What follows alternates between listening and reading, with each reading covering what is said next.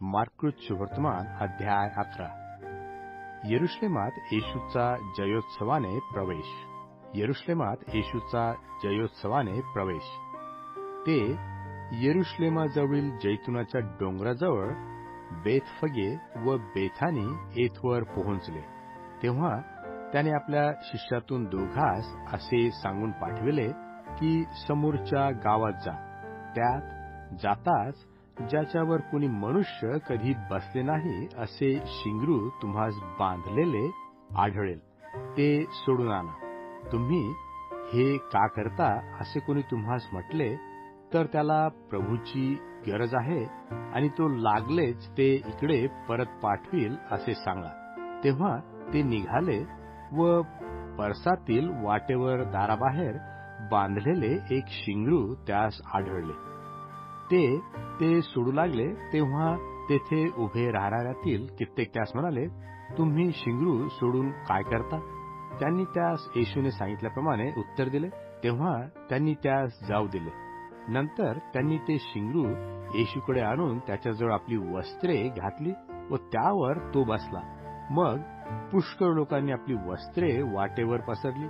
इतरांनी शेतातून डहाळे तोडून आणून वाटेवर पसरली आणि पुढे चालणारे व मागे चालणारे गजर करून बोलले, होसान्ना, प्रभूच्या नामाने येणारा धन्यवादित असो. येणारे राज्य आमचा बाप दावीद याचे राज्य धन्यवादित असो. ऊर्ध्वलोकी होसान्ना. नंतर तो यरुश्लेमात येऊन मंदिरात गेला आणि त्याने चहूकडे सर्व पाहिल्यावर संध्याकाळ झाली. तेव्हा तो आपल्या 12 शिष्यासह बेथानीस निघून गेला.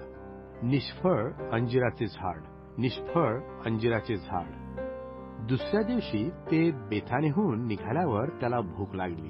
तेव्हा पाल्याने भरलेले असे अंजिराचे एक झाड त्याने दुरून पाहिले आणि कदाचित त्यावर काही मिळेल म्हणून तो त्याकडे गेला. परंतु तेथे गेल्यावर पाना वाचून त्याला काही आढळले नाही, कारण अंजिराचा हंगाम आला नव्हता. तेव्हा त्याने त्याला म्हटले, यापुढे कोणी तुझे फळ कधीही न खाओ. हे त्याच्या शिष्यांनी ऐकले. येशू मंदिराचे शुद्धीकरण करतो. येशू मंदिराचे शुद्धीकरण करतो. मग ते यरुश्लेमास आले आणि तो मंदिरात जाऊन तेथे क्रय विक्रय करणाऱ्यांना बाहेर घालवू लागला आणि सराफांचे चौरंग व कबुतरे विकणाऱ्यांच्या बैठकी त्याने पालथ्या केल्या. मंदिरामधून त्याने कोणालाही कसलेच भाडे नेऊ दिले नाही. आणि त्याने त्यास शिक्षण देत असता म्हटले की माझ्या घराला सर्व राष्ट्रीय प्रार्थना मंदिर म्हणतील असे लिहिले नाही का? परंतु तुम्ही ते लुटारूंची गुहा केले आहे. हे मुख्य याजकांनी व शास्त्र्यांनी ऐकून त्याचा घात कसा करावा याविषयी योजना केली.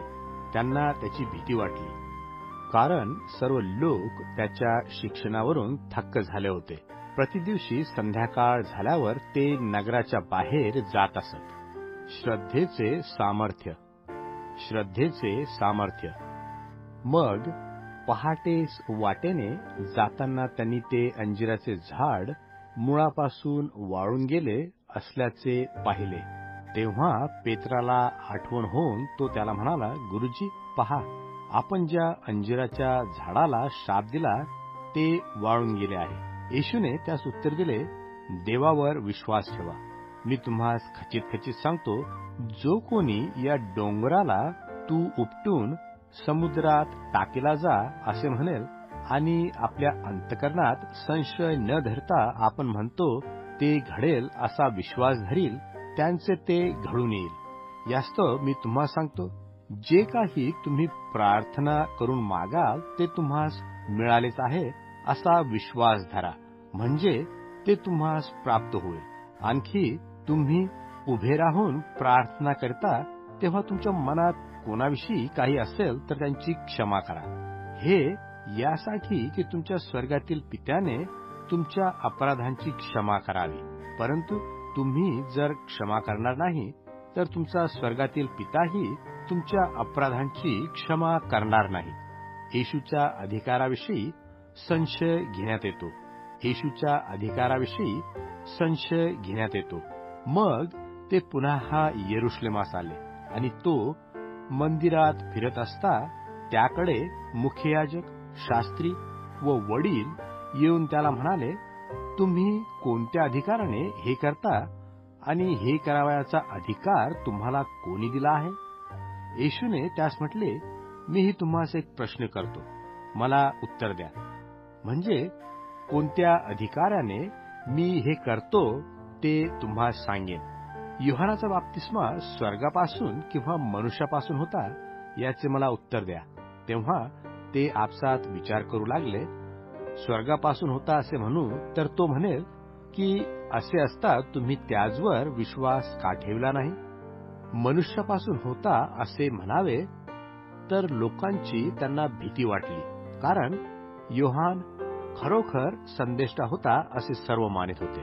तेव्हा त्यांनी येशूला उत्तर दिले, आम्हास ठाऊक नाही.